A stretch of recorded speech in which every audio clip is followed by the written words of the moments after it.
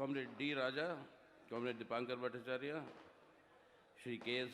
Alagiri, Comrade K. Balakrishnan, Vaiko Sir, Comrade R. Muthurasan, Qadir Mohiddin Saab, Tirunakar Sir, and all the other dignitaries sitting on the dais, and my dear friends, brothers and sisters. The most important issue today has been highlighted by other speakers.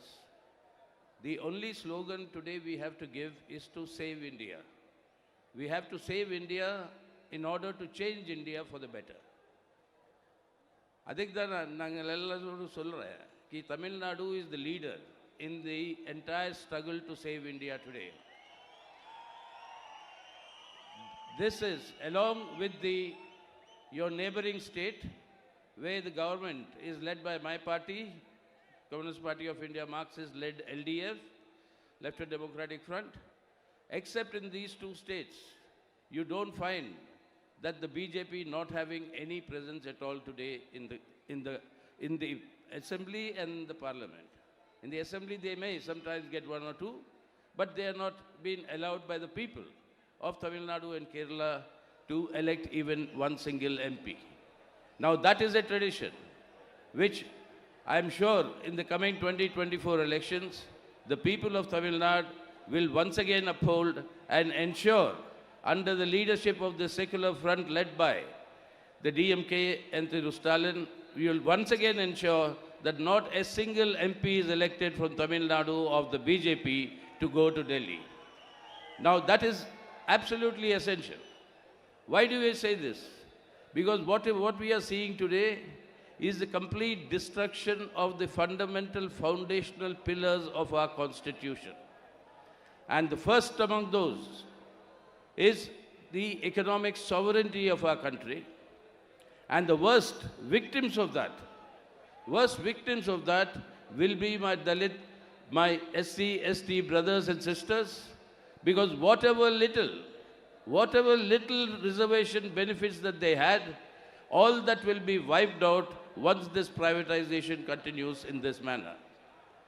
So, in order to defend the rights of the oppressed and in order to eliminate this caste oppression, it is absolutely essential that the BJP and these Hindutva forces must be kept away from holding the government or holding state power. And this is absolutely essential because they are today trying to change the character of the secular democratic Republic of India.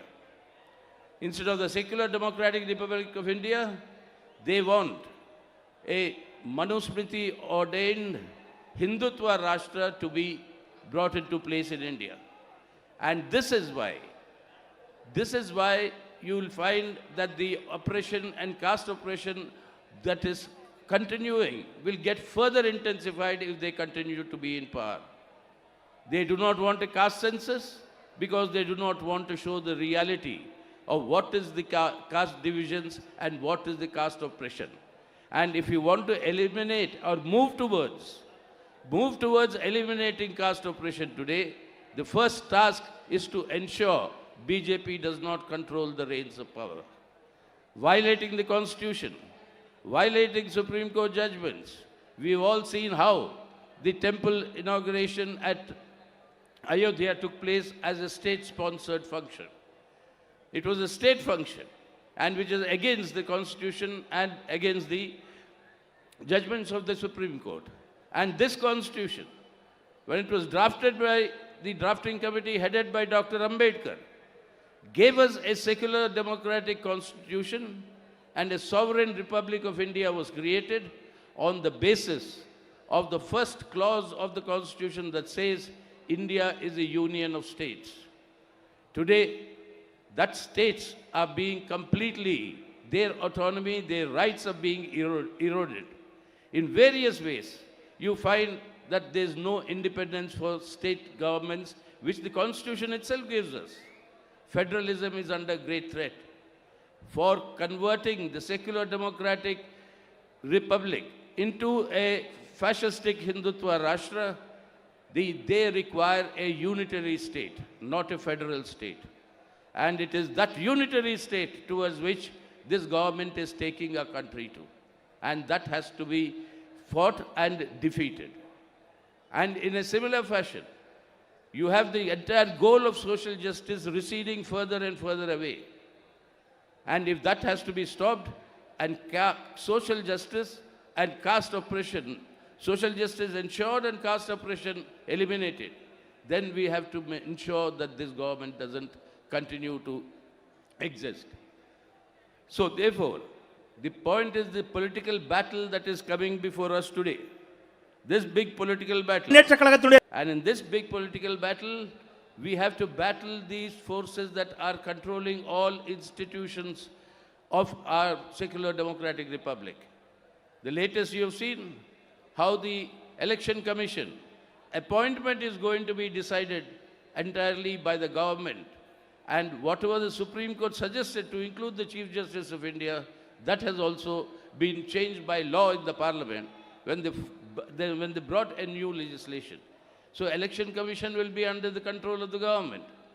Already the Parliament itself is being completely eroded and its rights and procedures are being flouted. You have the attempt to influence the judiciary in various ways. So every single institution, and the ED and the CBI have become instruments of their political rule, and they are used against all political opponents. So this is the manner in which the country's secular democratic character is being changed, and that is why if we want a caste census to do justice to those who are being oppressed by those who are victims of caste oppression, then we have to ensure that this government doesn't remain in office. So that is why today, the India bloc that has been formed, we are all committed to safeguarding the character of our republic, the secular democratic character. And like in Tamil Nadu, we are showing India bloc and rest of India that if you have to achieve our objective to save India today and then to change India for the better, then this BJP government must be defeated in the forthcoming elections, and that is the clarion call. And that is where we wish our Comrade Tirumavalavan all success in future in being part of this historical struggle and leading the entire movement for ensuring social justice. If caste oppression has to be removed, then those who believe in oppressing castes and in oppressing women, this sort of a party which believes in this Manusmriti, that party will have to be kept away from office. That is why we full cooperation with all the parties in the India bloc and with VCK and Tirumavalavan in the struggle to ensure social justice.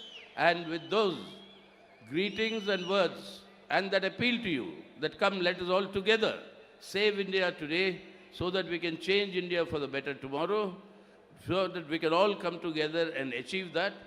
With that confidence that Tamil Nadu will keep up its tradition, I take leave of you. Ungal Ungal Kellarkum Tirumbi Randu Vanakkam.